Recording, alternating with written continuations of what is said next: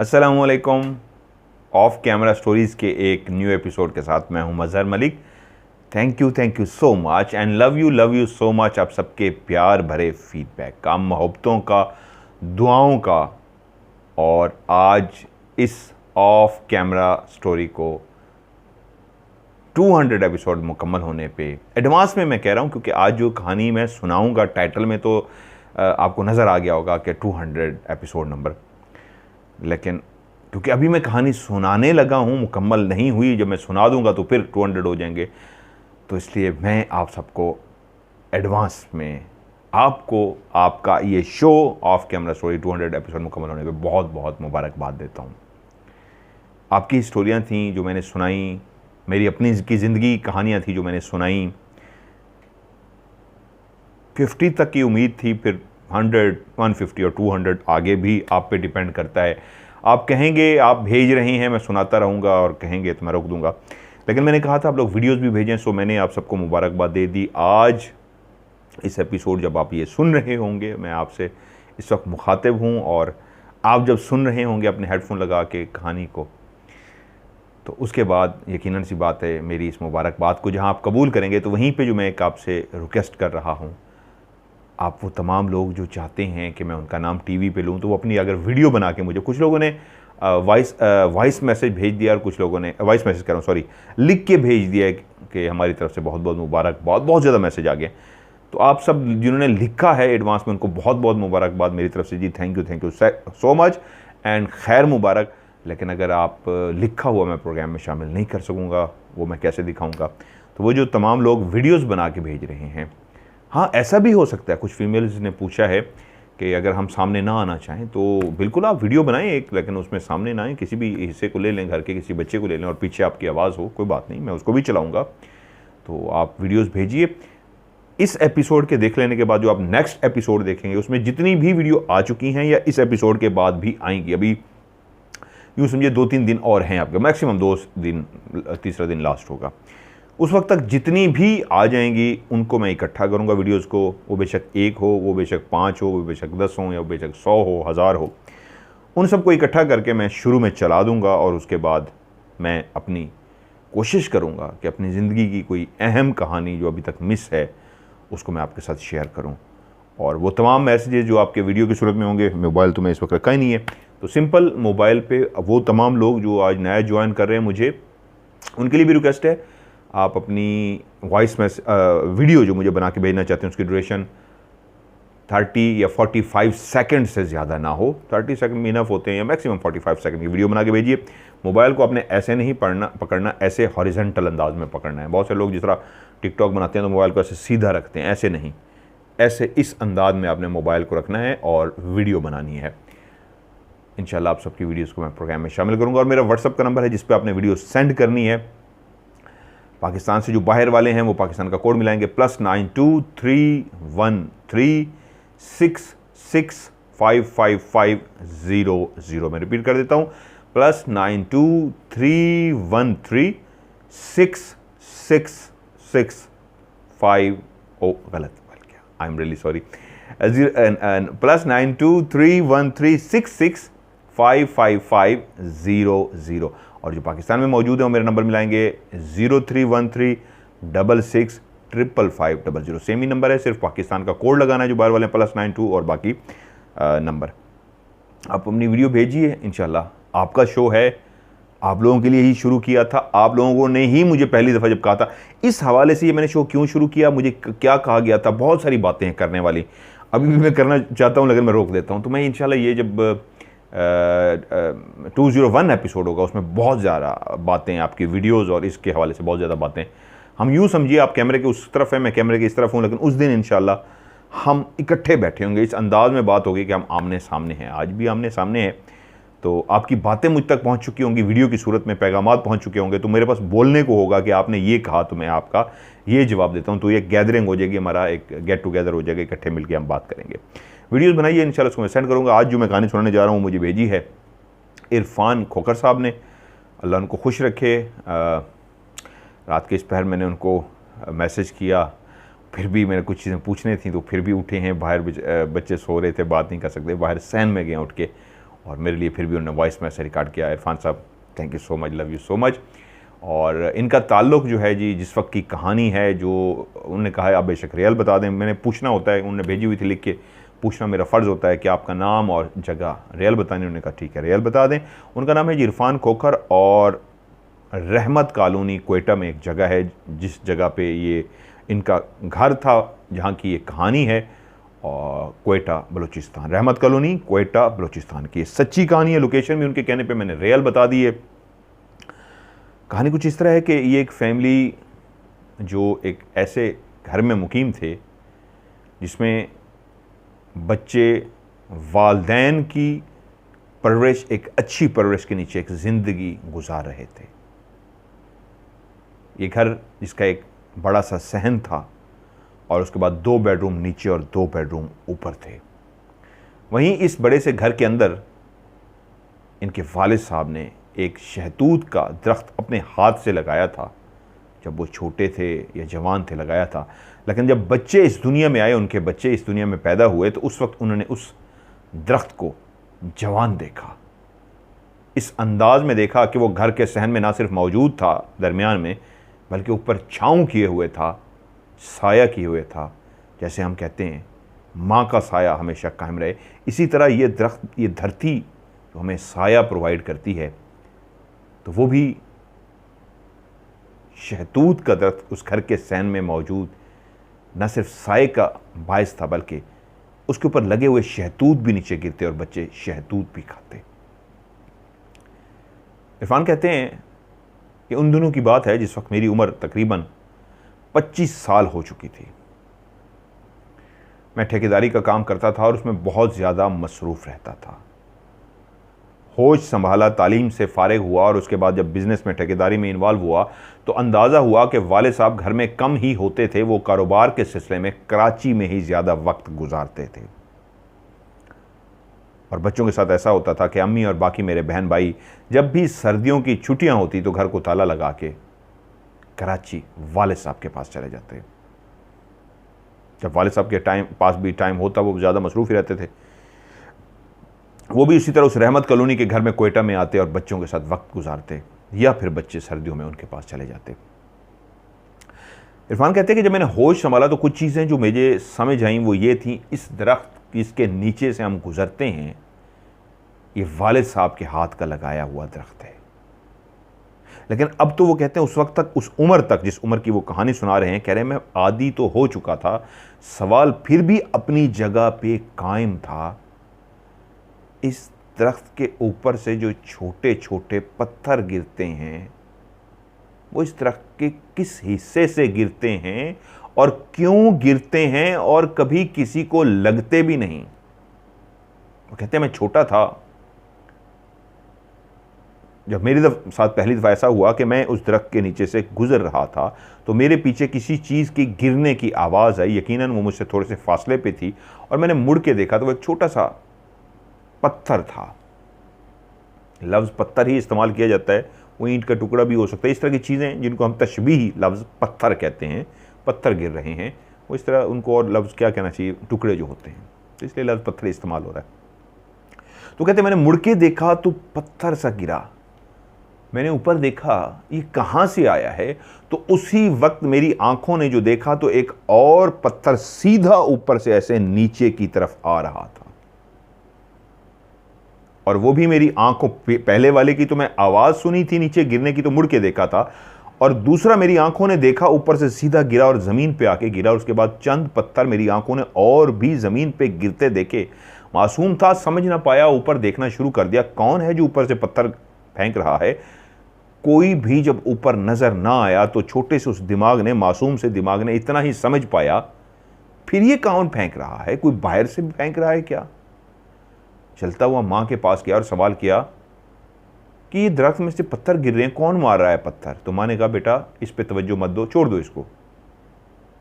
तो सवाल अपनी जगह पे अभी भी कायम था, जवाब नहीं मिल पाया था माँ से। माँ ने कहा छोड़ दो, वरना माँ कोई ऐसा जवाब देती जो मुतमईन का दिमाग को करता तो सवाल का जवाब मिल जाता। और फिर वो इसी तरह देखते और भी बच्चे और माँ से सवाल पूछते कि ये पत्थर क्यों गिरते हैं। तो माँ क्योंकि बाप तो कराची में होता था, जवाब देती, इन पे आप तवज्जो ना दिया करो, गिरते रहें, आपको लगते तो नहीं है ना। तो बच्चे कहते नहीं हमें लगते नहीं है। तो कहती फिर छोड़ो, गिरते हैं गिरने दो। तो बच्चों ने एक बात तो पल्ले बांध ली थी कि इस दरख्त से अक्सर छोटे छोटे पत्थर गिरते हैं, लेकिन लगते किसी को भी नहीं है। ऐसा भी कई दफा हुआ जब पत्थर गिर रहा था तो हम और नीचे जाके खड़े हो गए कि अब गिरे तो हम देखें, और इस अंदाज में ऊपर देख रहे होते थे कि शायद पत्थर गिरता तो सीधा मुंह पे आके लगता, लेकिन पत्थर फिर भी गिरता था, लेफ्ट राइट गिरता था, हमें नहीं लगता था। जिस जगह से गिर रहे होते थे अक्सर हम ये करते थे उसी के ही नीचे जाके खड़े हो जाते कि अब गिरे हमारे ऊपर, लेकिन पत्थर हमारे ऊपर नहीं गिरता था, लेफ्ट राइट गिरता था। अब ये मासूम जहन थे, छोटे जहन थे, इस तरह की बातें जो देख रहे थे, सवाल पैदा हो रहे थे। तो एक जवाब उनको समझ आया था कि भाई गिरते हैं लेकिन लगते किसी को नहीं है, इसलिए इस पे ध्यान नहीं देना। ठीक है, वो इसके साथ रहना शुरू हो गए। पत्थर गिरते, हर वक्त तो नहीं गिरते थे, कभी कभी गिरते थे। फिर अब जो उनकी आंखों ने देखना शुरू किया, वो रात को सो रहे हैं तो कमरे के अंदर लाइट खुद ब खुद ऑन हो गई है। ये वो बातें हैं जिनके साथ ये वाकयात होते हैं कि वो कभी भी इन बातों को भूलते नहीं। आप एक कमरे में लेटे हैं, वालिदैन बहन भाई सारे सो रहे हैं, आप भी सो रहे हैं, और वहीं पे आपकी आंख खुलती है तो आप देखते हैं कि आपके सामने जीरो का बल्ब तो जल रहा है, लेकिन उसी लम्हे आपकी निगाह पड़ती है कि बड़ा बल्ब जो लगा हुआ था उस वक्त, तो अब तो एनर्जी सेवर और इस तरह की लाइट्स आ गई हैं, उस वक्त तो वो होते थे बल्ब ही होते थे 60 वाट का, 100 वाट का, येलो टोन में, कि आप देखते हैं कि एकदम से खुद ब खुद बल्ब जल गया। इरफान कहते हैं मेरे साथ भी ऐसा ही हुआ। एक रात सोए हुए मेरी निगाह पड़ी तो मैंने देखा नाइट, बच्चे हैं अक्सर वॉशरूम के लिए जाग जाते हैं, तो मैं जागा कि मैं ये वॉशरूम जाना है, तो मैंने देखा नाइट बल्ब जल रहा है। मैं अभी उठने ही लगा था कि मेरी आंखों, ये कोई खांसा है, मेरी आंखों ने उसी लम्हे देखा कि उस कमरे में जिसमें सिर्फ नाइट का जीरो का बल्ब जल रहा था, वहीं पे जैसे ही मैं ऐसे उठने लगा अभी अपने बिस्तर से, तो वहीं पे ही बड़ा जो बल्ब लगा हुआ था वो खुद ब खुद जल गया। फौरी तौर पे इरफान ने उसी बल्ब की तरफ देखा था जो खुद ब खुद जला था। क्या उसका जो स्विच लगा हुआ था, उसके जो बटन होते थे ब्लैक कलर के, बहुत सारे लोगों को याद होंगे, मैंने भी देखे थे, खटक खटक की आवाज़ आती थी, ऊपर नीचे करते थे, तो उसके पास तो कोई भी नहीं था। जब उस स्विच के पास कोई नहीं था तो वो बल्ब खुद ब खुद कैसे ऑन हो गया था? बच्चे ने कुछ देर उसको देखा, और जब उसको कुछ समझ ना आया तो वो खौफजदा होने की बजाय नीचे उठा, जूते पहने और वॉशरूम की तरफ चल पड़ा। और जब वॉशरूम से आके वापस अपने बिस्तर में जैसे ही लेटा तो एक वही मंजर जो उसकी आंखों ने पहले जलते हुए देखा था बल्ब को, अब उसी की आंखों ने देखा, अभी लेटने ही लगाया कि बल्ब ऑफ हो गया है। अब फिर एक नया सवाल पैदा हुआ था उसके जहन में कि बल्ब क्या ख़राब है? उनके जहन में और ऐसा कुछ भी नहीं चल रहा था कि कोई एंटिटी है, कोई जिन्नात हैं, कोई इस तरह की चीज़ें, कुछ भी नहीं था कि बल्ब खुद ब खुद जला है और बंद हो गया, क्या ख़राब है? सुबह फिर माँ से यही सवाल किया गया। रात में उठा तो मैंने देखा बल्ब खुद ब खुद जल गया था, और जब मैं वापस आके लेटा तो बल्ब खुद ब खुद बुझ हो गया, बंद हो गया, ऑफ हो गया। माँ ने कहा हो जाता है, बाद का स्विच हिला होता है, सही तरीके बंद नहीं किया होता, ये कभी कोई मसला नहीं, ऐसा हो जाता है। अब यही वाला काम जो बल्ब का इरफान के साथ हुआ था, बाकी बच्चों ने भी माँ से जिक्र किया कि हाँ अक्सर हम भी देखते हैं बल्ब ऑन हो जाता है और बल्ब ऑफ हो जाता है। क्योंकि अब ऐसा हुआ, माँ जिस सवाल का जवाब नहीं दे रही थी, बच्चे माँ के साथ बैठे थे, शाम का वक्त था, तो उसी वक्त बल्ब खुद ब खुद ऑफ हो गया। क्योंकि शाम के टाइम पे लाइट, बाहर अंधेरा होता है, लाइटें जला ली जाती हैं, तो जैसे ही बल्ब ऑफ हुआ तो पहला गुमान ये होता है कि बिजली चली गई है, लाइट चली गई है। लेकिन ये क्या, सहन की लाइट तो जल रही है, बाहर तो रोशनी है, इसका मतलब है बिजली नहीं गई। तो क्या इस कमरे का जो बल्ब है वो जल चुका है, खराब हो गया है, जल गया है?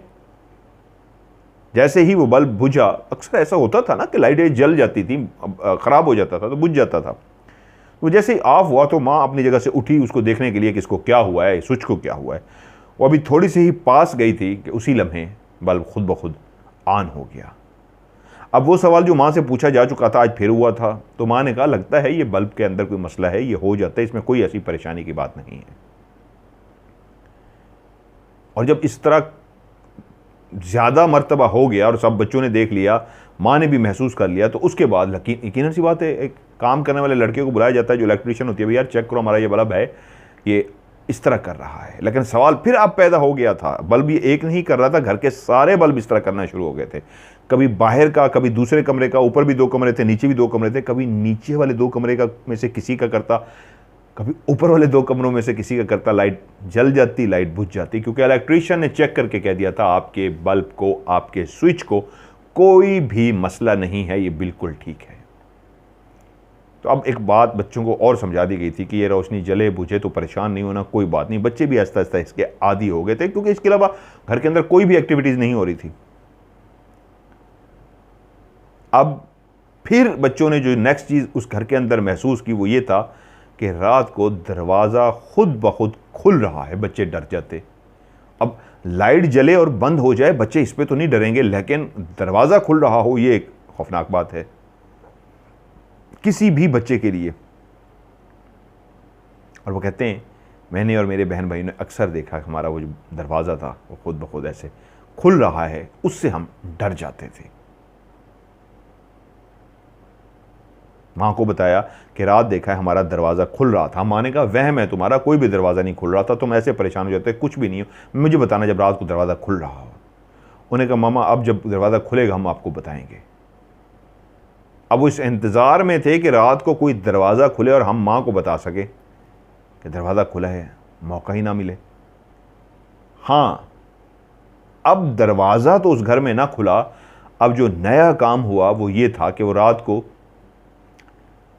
पंखा उनका खुद ब खुद बंद हो जाता। गर्मियों में जैसे ही पंखा बंद हो तो फ़ौरन आपकी, अगर आप गहरी नींद भी सोए हो, कुछ देर के बाद आंख खुल जाती है। कुछ लोगों की फ़ौरन आंख खुल जाती है। गर्मी बर्दाश्त नहीं कर सकते मुझसे, गर्मी बर्दाश्त नहीं होती, लाइट जाए तो एकदम से पता लग जाता है लाइट चली गई है। एसी बंद हो तो नहीं बर्दाश्त होता ना, सिर्फ पंखा चल रहा होता है तो मुश्किल हो जाता है। तो जैसे ही पंखा बंद हो गया तो वो परेशान हो गए कि शायद लाइट चली होगी। बात फिर वही आ गई, बाहर देखते हैं तो लाइट मौजूद है, बटन को ऑन ऑफ किया गया, उसको चेक किया गया, छेड़ा गया, क्या हुआ है, कहीं जल तो नहीं गया, इसमें क्या मसला आ गया। और फिर कुछ देखा, कुछ देर के बाद पंखा खुद ब खुद चल पड़ा है। जब पंखा खुद ब खुद बंद हो जाए और उसके बाद खुद ब खुद चल जाए तो फिर जिस घर में लाइटें ऑन ऑफ हो रही थीं, दरवाज़ा हिलने पे तो खौफ आया था, पंखे के बंद होने और चलने पे खौफ नहीं आया था। अब फिर उस काम करने इलेक्ट्रीशियन, उस काम करने वाले लड़के को बुलाया गया कि आके चेक करो, पंखा हमारा लगता है ख़राब हो गया, करंट छोड़ जाता है, क्या हो जाता है कि चलते चलते बंद हो जाता है, फिर खुद ब खुद चल पड़ता है। उसने आके चेक किया और उसने कहा पंखा ठीक है। लेकिन एक बात माँ ने बच्चों को समझा दी थी कि लगता है अब तुम्हारे पापा आए और उनसे के ज़िम्मे लगाते हैं, घर की वायरिंग जो है सारी सही तरीके चेक कराएं, इसमें प्रॉब्लम आ रही है, करंट कहीं छूट जाता है, आ जाता है, जिसकी वजह से यह होता है बल्ब जल जाते हैं। क्योंकि अभी तक किसी के वहमो गुमान में ऐसा कुछ भी नहीं है कि क्या हो रहा है। सबको माँ यही समझा रही है बच्चों को वायरिंग का कोई मसला है, और वायरिंग के लिए इलेक्ट्रीशियन आता है, वो कहता है बिल्कुल ठीक है। अब पापा का इंतज़ार हो रहा है और पापा जब वहाँ पे पहुँचते हैं कोयटा के अंदर तो उनको सारी बातें बताई जाती हैं बल्ब की, ये वो जो ऊपर से कंकरियाँ गिरती थी, पत्थर गिरते थे, वो तो पहले ही उनके नोटिस में था। फिर बच्चों ने एक दिन देखा उनके वालिद साहब किसी बुज़ुर्ग को लेके आए। उस घर में जो बुज़ुर्ग दाखिल हुए, सफ़ेद शलवार कमीज़ पहने, वाइट सी उनकी दाढ़ी थी, पगड़ी टाइप उन्होंने सर पे पहनी हुई थी, हाथ में उनकी तस्बीह थी। घर के अंदर वो दाखिल हुए, उन्होंने जो कपड़े पहने हुए थे शलवार कमीज़, वो खुले खुले से चूगा टाइप जिस तरह होता है उन्होंने पहना हुआ था। वो आए, घर में सलाम किया, बच्चों के सर पे हाथ रखा और अपनी तस्बीह के साथ पढ़ते रहे उसी दरख्त के नीचे खड़े होके। वो जो घर के अंदर शहतूत का दरख्त था जिसके अंदर से अभी भी कभी कभी पत्थर गिरते थे जो अभी तक किसी को लगे नहीं थे, उसके गिर्द खड़े होकर पढ़ते रहे, फिर चक्कर लगाते उसके इर्द गिर्द, फिर वहीं पे खड़े होकर पढ़ते, फिर चक्कर लगाते, फिर खड़े होकर पढ़ते। उसके बाद कमरों में भी गए, कमरों में भी उन्होंने पढ़ाई की, और उसके बाद क्या हुआ किसी बच्चे को भी नहीं पता सिवाय उनके वालिद साहब और वालदा के, क्योंकि उन्होंने बच्चों को हटा के उनके वालिद और वालदा को कोई बात थी जो उन्होंने बताई। उसके बाद वो उस घर से चले गए। बच्चों को जो बात पता लगी और समझ आई कि क्या हुआ है वो ये था कि वो कोई पढ़ने के लिए आए थे, बुजुर्ग थे, और कोई चीज़ ऐसी दे के गए हैं जिसके पढ़ने से और पानी छिड़कने से ये काम नहीं होगा। ऐसा ही हुआ, घर में पानी छिड़क दिया गया, उस दरख्त के नीचे भी पानी छिड़क दिया गया, कमरों में भी पानी छिड़क दिया गया। जैसे जैसे बाबा जी कहते गए वैसे वैसे माँ ने और बाप ने वैसे कर दिया था। बच्चों को सिर्फ इतना अंदाज़ा था कि कुछ हो रहा है, इसके अलावा कुछ भी पता नहीं था। माँ ने पढ़ाई भी वैसे की, लेकिन बच्चों ने एक तब्दीली महसूस की उस पानी के बाद, उस पढ़ाई के बाद। ऐसा हुआ कि उसके बाद अब बहुत कम उनके देखने में आया कि कुछ अरसा कि या उस शहतूत के दरख्त के नीचे से कोई पत्थर गिरा हो, कमरे का कोई पंखा चला हो, दरवाज़ा कोई खुद ब खुद खुला हो, बंद हुआ हो, हिला हो, कोई लाइट खुद से खुद जल गई हो, बुझ गई हो, या इसके अलावा भी, क्योंकि जब इस तरह के मामलात होते हैं तो सिर्फ ऐसा नहीं होता, इसके अलावा भी घर में कोई रखी हुई चीज़ नहीं मिल रही, थोड़ी देर के बाद वहीं पे वापस मिल जाती है। जो भी इस तरह के मामलात होते थे, बच्चों ने देखा वो मामलात अब नहीं हो रहे। इरफान कहते हैं कि कुछ अरसा हमारे घर में कुछ अरसा बिल्कुल पुरसकून हो गया, फिर कुछ भी ऐसा देखने में ना आया जो अक्सर हम नोट करते थे। हम वैसे भी आदी हो गए थे, डरते नहीं थे, लेकिन अब इतने शऊर में आ गए थे, इतने बड़े हो गए थे, इतना समझ भी आ गई थी इन तमाम एक्टिविटीज़ का जो हो रही हैं, है ना कुछ गड़बड़ है, इस घर में कोई है सही, कोई मसला है, लेकिन खौफ नहीं था किसी किस्म का कोई भी। हम सुकून से रह रहे थे, कभी हमें पत्थर लगे नहीं थे, कोई ऐसी हरकत नहीं कभी हुई थी जिससे हमारे अंदर खौफ पैदा होता। हमने किसी चीज़ को देखा नहीं था सिवाय कि लाइटों के जान, लाइट जल गई है, पंखा चल गया, दरवाज़ा खुल गया, कोई चीज़ गिर गई है, चीज़ हमने गिर रखी है और उसको गिरना नहीं चाहिए, ऐसी जगह पर रखी है जहाँ से वो गिर ही नहीं सकती और ख़ुद ब खुद वहाँ पे गिर गई है। इस तरह की जो चीज़ें होती, आवाज़ आई है किसी चीज़ की, बोलने की, गिरने की, लेकिन कोई डरने वाली बात नहीं थी। हम डरते नहीं थे, आदी हो गए थे। क्या देखा था वाले साहब जिस बुज़ुर्ग को लेके आए थे, उस बुज़ुर्ग ने, और क्या उनको बताया था, ये बच्चों को मालूम नहीं था। वक्त गुजरता रहा, वो कहते हम इन चीज़ों के आदी होते गए। वहीं पे जब मैं बड़ा हुआ, उम्र तकरीबन वो कहते हैं उस वक्त मेरी 25 साल थी, और ये कहानी भी कोई 25, 27, 30 साल पुरानी है, उस रहमत कॉलोनी की। वो कहते हैं मेरी उम्र तकरीबन 25 साल थी, मेरी अभी शादी नहीं हुई थी, और मैं ठेकेदारी का काम कर रहा था। यहाँ से मैंने कहानी शुरू की थी कि ठेकेदारी का काम कर रहा था, लेकिन उससे पहले ये सब कुछ घर में हो चुका था। सर्दियाँ आ चुकी थीं और छुट्टियाँ भी आ गई थीं। मैं बहन भाइयों में सबसे बड़ा था, इरफान सबसे बड़ा था। फैसला हुआ छुट्टियां हैं, चलो पैकिंग करो, कराची चलना है वाले साहब के पास, क्योंकि कारोबार उनका वहीं पे था।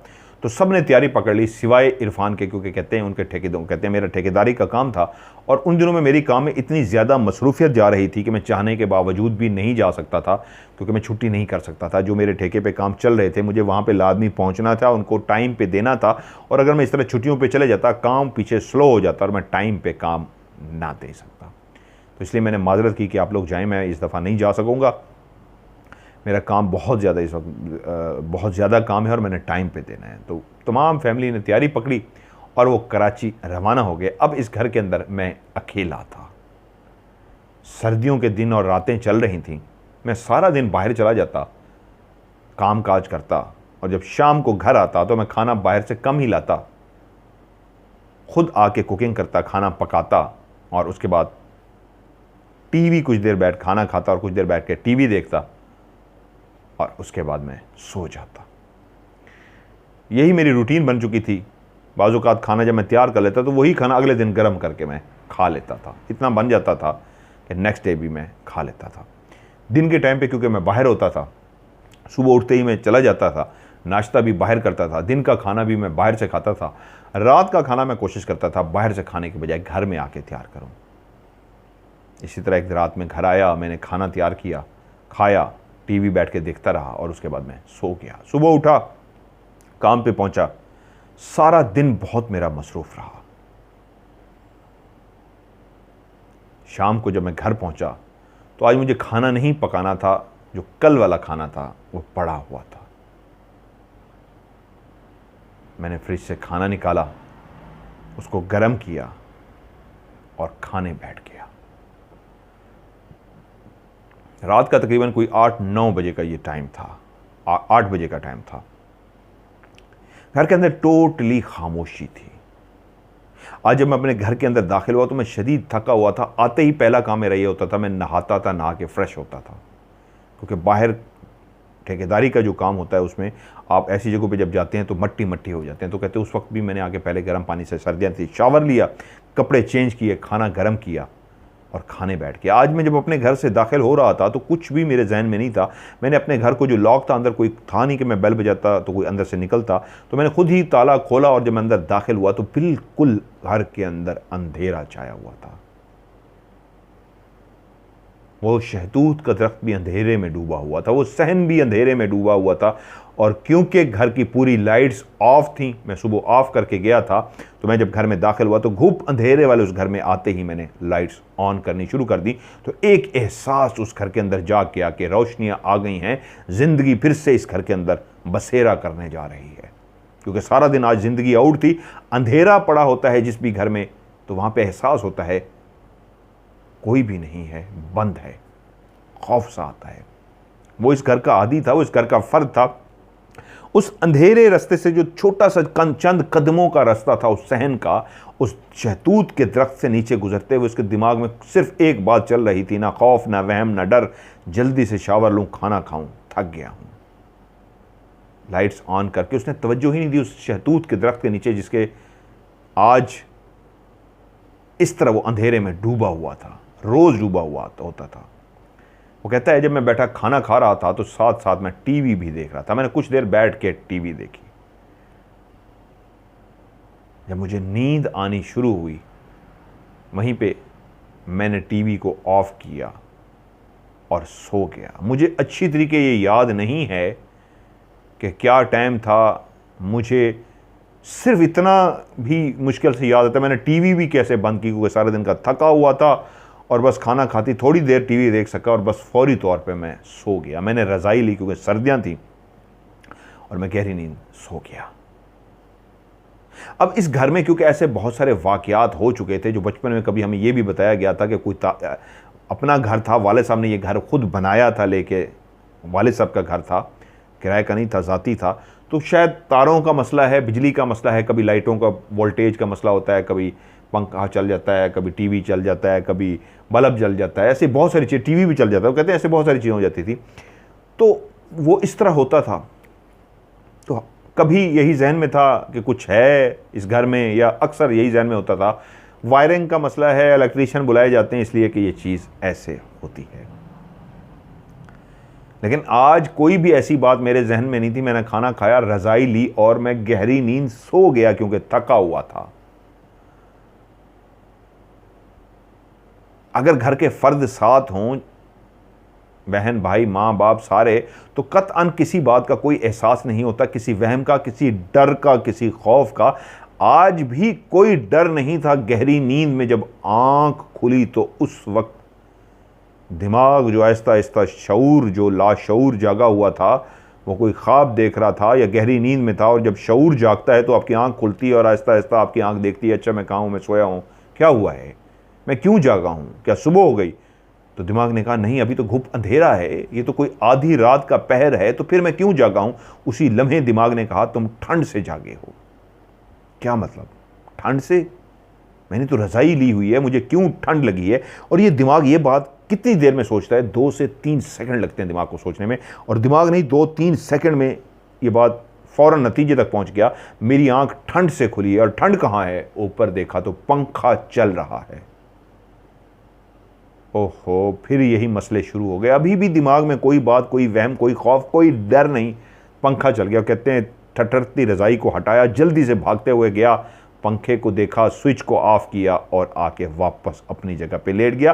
थके होने की वजह से दिमाग में कोई भी वहम, कोई भी खौफ, कोई भी सवाल पैदा नहीं हुआ। दिमाग पे इतनी खुमारी छाई हुई थी, इतनी थकावट का एहसास था कि अगर मैं थोड़ा सा भी रिलैक्स होता तो पहली बात दिमाग में आती, घर में तो कोई भी नहीं, आज मैं अकेला हूं।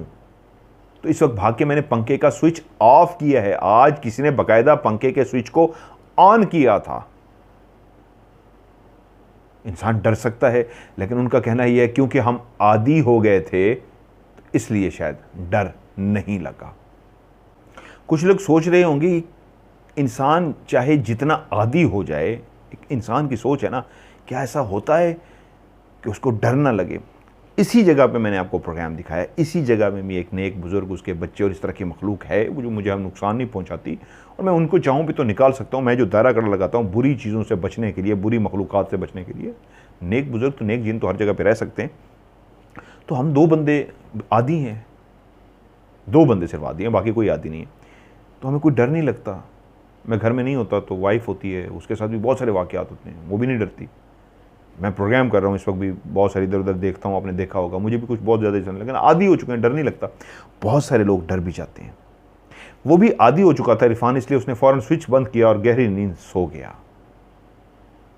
वो कहते हैं मुझे सोए हुए अभी कितनी देर हुई थी, मुझे इस बात का कतई एहसास नहीं हुआ था। एक आवाज़ जो कानों ने सुनी वो इतनी ज़्यादा थी कि फिर से मेरी आँख खुल गई। ये किसी और चीज़ की आवाज़ नहीं थी। मेरे बिस्तर के बिल्कुल सामने जो अलमारी थी उसका दरवाज़ा जब खुलता था तो आवाज़ पैदा करता था, और अच्छी खासी आवाज़ पैदा होती थी, चरचराहट होती है दरवाज़ा खुलने की। और सर्दियों की रात में तो इतनी खामोशी होती है कि पत्ता भी हिले तो आवाज़ आती है। और जब एक अलमारी का दरवाज़ा जो चरचराहट ज़ोर की तेज़ आवाज़ पैदा करता है वो खुल रहा हो तो सोचें कैसी आवाज़ होगी। वो कहते हैं मेरी उस अलमारी के दरवाज़े खुलने की आवाज़ से आँख खुल गई।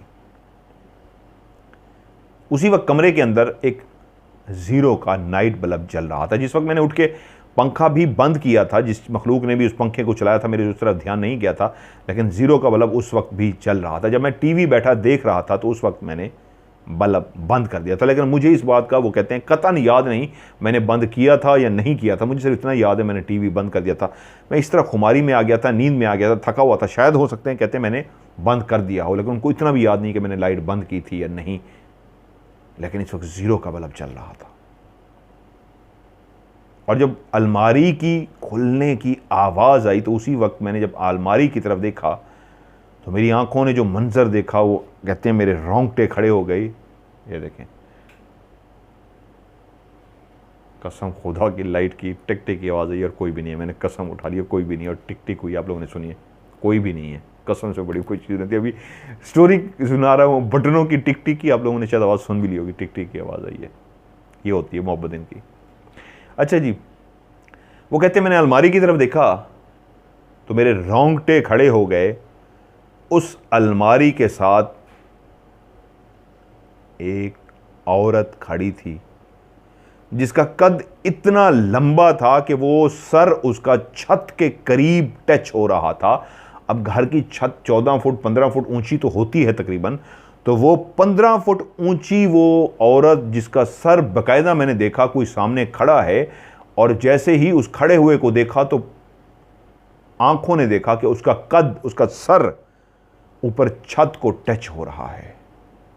उसके चेहरे के लिए मैंने उनको स्पेशली जिसके लिए मैसेज किया उनको पूछा उसका चेहरा कैसा था, उसके बारे में बताते हैं। वो कहते हैं मुझे सिर्फ इतना पता है जिसको मैंने देखा वो एक औरत थी और उसने कपड़े नहीं पहने हुए थे।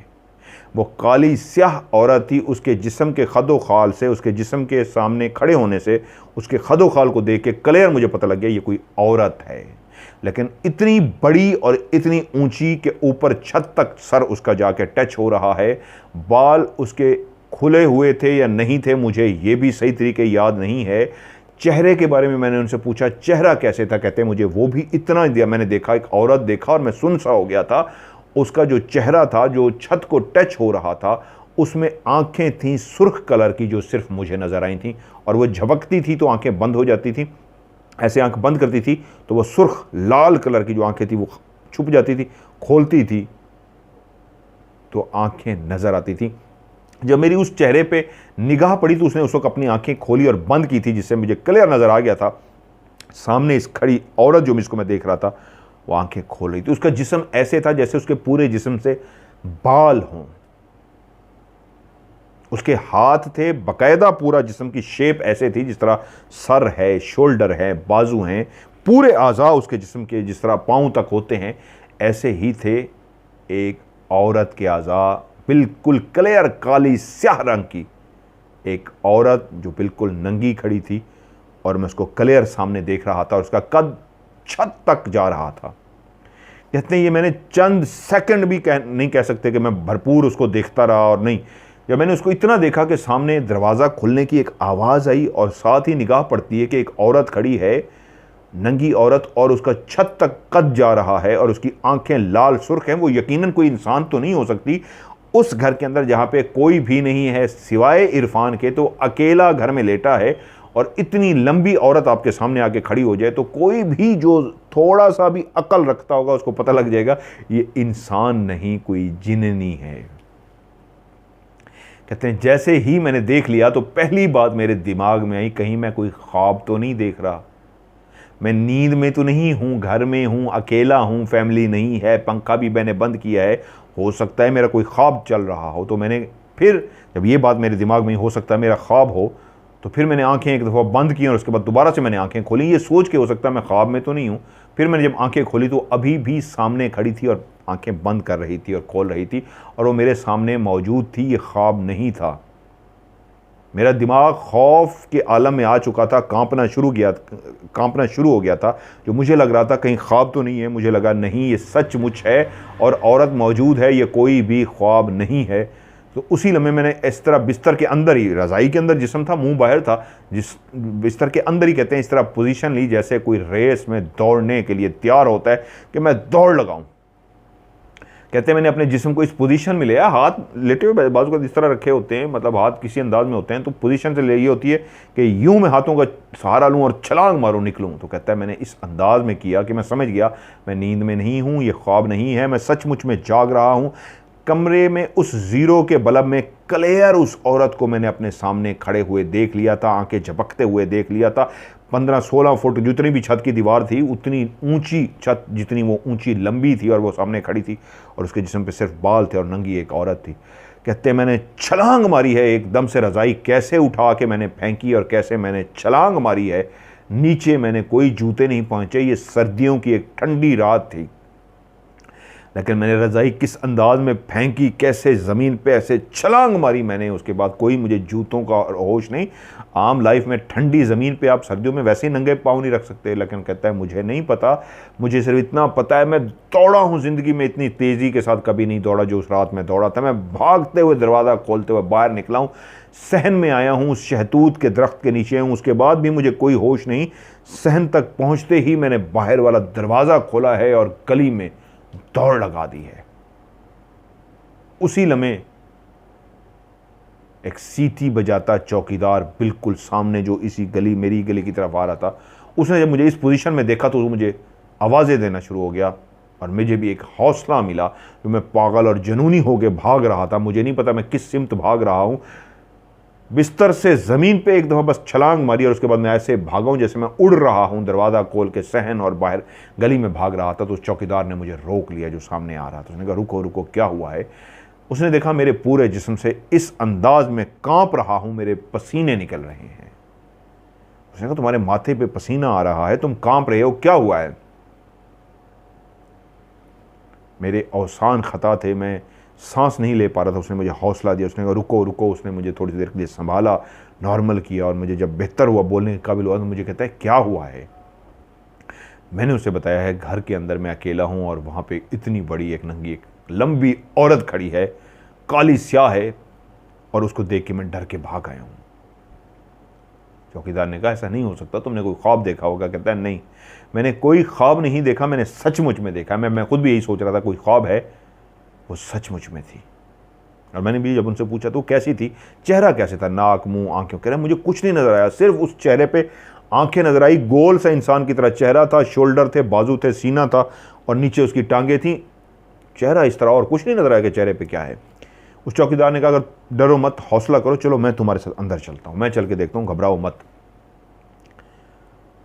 चौकीदार कहते हैं मुझे लेके अंदर गया। मेरा जब हौसला बन गया तो हमने दरवाज़ा खोला, मेन गेट से दरवाजे से दाखिल हुए, सहन, फिर कोई आवाज़, सहन में गए और उसके बाद पूरे घर की हमने मिल के, मेरे अंदर एक हौसला आ चुका था, मेरे साथ एक चौकीदार भी था, मुझे हौसला भी दे रहा था। पूरे घर की हमने रोशनियाँ जला दी उस कमरे में जहाँ पे मैंने उसको देखा था।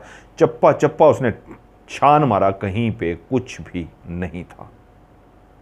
उसने कहा तुम्हारी बातों से लगता है कि तुमने कोई ख्वाब नहीं देखा, सचमुच में कोई वाक़या हुआ है, लेकिन मैं रुक नहीं सकता यहाँ पे, लेकिन अब मैं इस गली में इसी जगह पे ही मौजूद रहूँगा, हर थोड़ी देर के बाद चक्कर लगा के वापस आ जाऊँगा, तुम लाइटें जला के रखो, कहते हो तो मैं रुक जाता हूँ। तो मेरे अंदर इतना हौसला आ गया था, मैं एक 25 साल का नौजवान था, मैंने पढ़ाई कर ली, मैंने कहा उस वक्त तो मैं दिमागी तौर पर आउट हो गया था, अब पूरे घर की रोशनी ऑन है, मुझे उम्मीद है ऐसा कोई मसला नहीं होगा तो मैं तुम्हारे पास बाहर आ जाऊँगा। चौकीदार बाहर चला गया, लेकिन हर थोड़ी देर के बाद वो कहते हैं उस रात वो वापस आता, सीटी बजाता और मैं उसको कहता हाँ ओके है। रात सारी मैं सो नहीं सका, लाइटें जला के मैं बैठा रहा, और जब सुबह हुई नहाया, फ्रेश हुआ, अपने काम पे चला गया। लेकिन रात को एक मेरे दोस्त थे, उनसे मैंने फेवर ली कि यार मैं सोने के लिए आज गपशप मारेंगे, तो वो तैयार हो गए। और नेक्स्ट रात से वो जितने दिन अम्मी अबू नहीं आए, मेरा दोस्त ही मेरे साथ सोता रहा, फिर कोई भी वाक़या नहीं हुआ।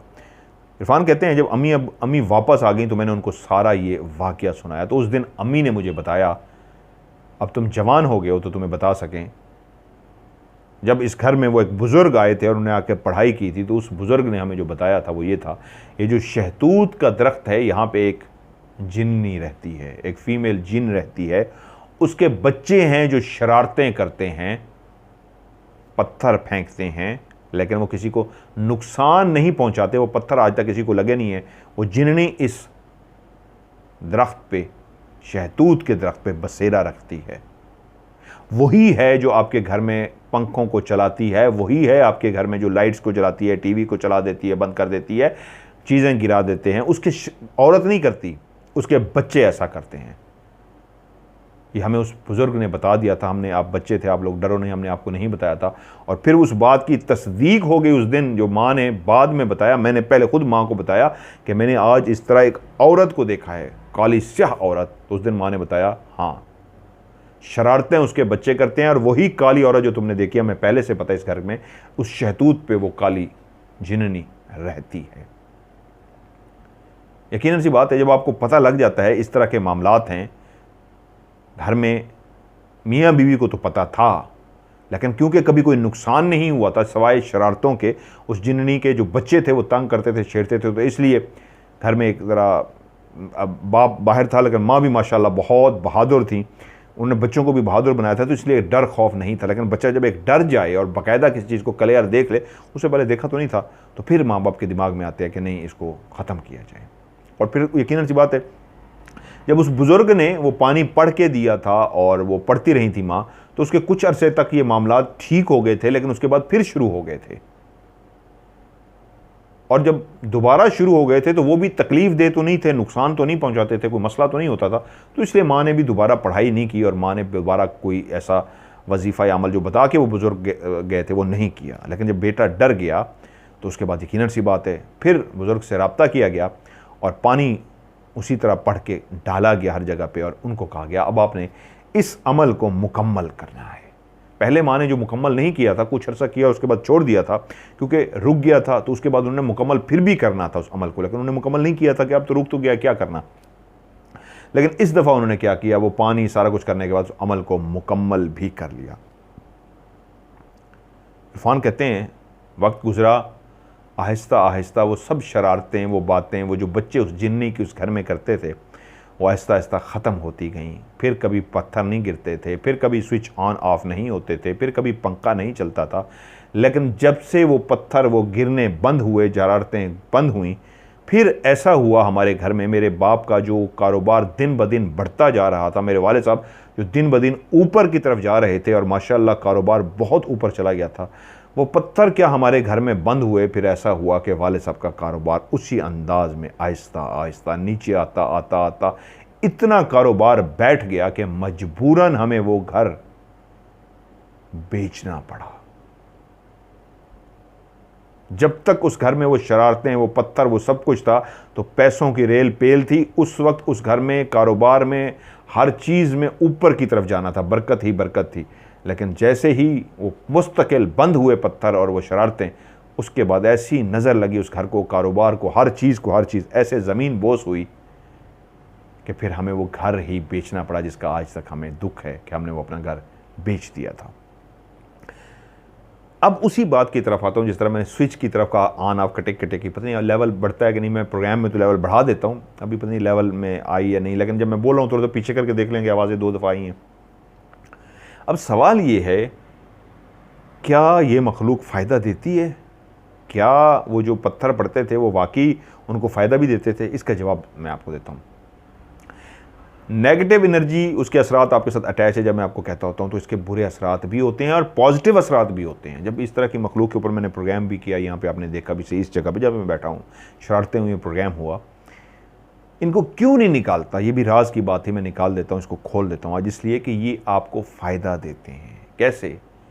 परेशानी जो आ रही होती है उसको रोक देते हैं। अगर किसी जगह पे नेक बुजुर्ग है, नेक जिन है, तो मेरे अंदर जब भी दौलत की ख्वाहिश पैदा होती है, मेरे दिल में जब भी दौलत के लिए प्यार आता है, तो फिर अभी भी खुदा जानता है, मैं सोया हुआ था, मैं थोड़ी देर के लिए, आधे घंटे के लिए सोता हूँ, क्योंकि वज़ाइफ करने होते हैं, एडिटिंग करनी होती है, काम करने होते हैं, तो मैं आधा घंटा रात को सोता हूँ।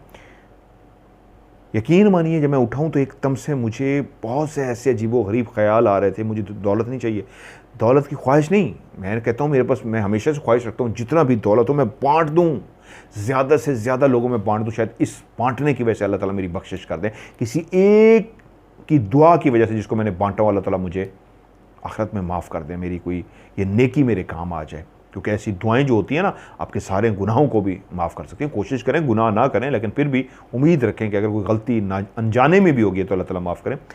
तो कभी पैसे का लालच नहीं आता। अगर मेरे दिल में आ रहा हो तो शायद ये मौजूद जो होते हैं फिर मेरे दिमाग को दीन की तरफ ले आते हैं, फिर मेरे दिमाग को सोच की तरफ ले आते हैं। क्या करोगे? हिसाब दे सकोगे? इतना पैसा होगा कैसे हिसाब दोगे? अल्लाह नहीं तुमसे पूछेगा। इतना घर महल, ये चीज़ें जो थी, गरीबों का हिस्सा कहाँ था? तुम तो अपने महलों में रह रहे थे। तो फिर मैं डर जाता हूँ। अल्हम्दुलिल्लाह, मतलब बहुत ज़रूरी मामलात नहीं कि ये पैसे का ही फ़ायदा दें, ये सोच नहीं है, ये आपकी सोच को भी फ़ायदा देते हैं। आपकी सोच भटकने लगती है तो उसको वापस अल्लाह से जोड़ देती है ये मखलूक। भटकना नहीं, फिर आपके दिमाग में ऐसे ख़यालात आ जाती हैं, ऐसी बातें आ जाती हैं, ऐसे वाक़यात सामने हो जाते हैं, फिर खुदा का खौफ हो जाता है, बहकते नहीं हैं आप। ये सिर्फ पैसों का तो देते ही हैं फ़ायदा, लेकिन मैं पैसों के लिए नहीं कर रहा, मुझे जो फ़ायदा देते हैं और मामलात में देते हैं। इनके यहाँ होने से खुदा जानता है मेरे दिल में और इंसानियत के लिए मोहब्बत पैदा होती है और अल्लाह से लगाव होता है और अल्लाह से मैं एक रिश्ता बनाता हूँ। तो ये फ़ायदा देते हैं। कैसा फ़ायदा देते हैं? एक नहीं, कई तरह का फ़ायदा देते हैं। तो इसलिए ये तो होने चाहिए। इनको निकाल के क्या करना? लोग मुझे कहते हैं आपके अपने घर में, आप कैसे लोगों के घर में निकालेंगे? अरे इन्हीं की वजह से तो पता नहीं कितनी अल्लाह की रहमतें हैं। खैर, ये थी आज की स्टोरी जी। अब आपके नेक्स्ट जो वीडियो देखेंगे, मैं कोशिश करूँगा मंगल वाले दिन ऑफ कैमरा स्टोरी होगी, बुध को या सोमवार या सोमवार यानी मंडे, ट्यूसडे, वेडनेसडे, मंडे को या वेडनेसडे को मैं आपकी जितने भी अभी मैं फैसला नहीं कर पा रहा, इसलिए इसको रहने दें। जितनी भी आपकी वीडियोस हैं इंशाल्लाह उनको एडिट करके मैं चलाऊंगा और उसके बाद आपके सवालों का जवाब भी होंगी और एक यादगार आपको कहानी भी सुनाऊंगा। सो रिपीट कर देता हूँ एंड में, आप लोग भी वीडियो भेजिए। इसी अंदाज में आपने मोबाइल को रखना है, इस तरह नहीं पकड़ना मोबाइल को, इस तरह पकड़ के आपने वीडियो बनानी है। 30 सेकंड 45 सेकंड से ज़्यादा की ना हो, 15 सेकंड 10 सेकंड जितनी भी हो। कुछ भी नहीं बोलना चाहते तो सिर्फ इतना बोल दें, ऑफ कैमरा स्टोरी के 200 किस्तें मुकम्मल होने पे आपको बहुत बहुत मुबारकबाद। हम सबको बहुत बहुत मुबारकबाद, मुझे ना दें, हम सबको, आप सबका प्रोग्राम है। तो इस पर एक मैसेज भेजिए, इंशाल्लाह मैं इसको चलाऊँगा। और मेरा नंबर है जिस पर आपने ये वीडियो भेजनी है, व्हाट्सएप का नंबर है। पाकिस्तान से जो बाहर वाले हैं पाकिस्तान का कोड मिलाएंगे, +92 जमा का निशान जो होता है, जमा 923136655500। मैं रिपीट कर देता हूँ, +923136655500। और पाकिस्तान वाले +92 नहीं मिलाएंगे, डायरेक्ट मिलाएंगे 031366555500। ये जो मेरा नंबर है, डिस्क्रिप्शन होती है वीडियो की नीचे जो आप देखते होते हैं, उस डिस्क्रिप्शन पे भी ये हर वक्त ये नंबर मेरा मौजूद है। इस पर आप मुझे अपनी वीडियोस भेजिए, इंशाल्लाह आपकी वीडियो को मैं प्रोग्राम में शामिल करूँगा। आप सबकी मोहब्बतों का, आप सबके प्यार का, ऑफ कैमरा स्टोरी को पसंद करने का बहुत बहुत शुक्रिया। मुझे इजाज़त दीजिए, इंशाल्लाह एक नई स्टोरी में आपसे मुलाकात होती है। अपना ढेर सारा ख्याल रखिएगा। खुदा हाफिज़।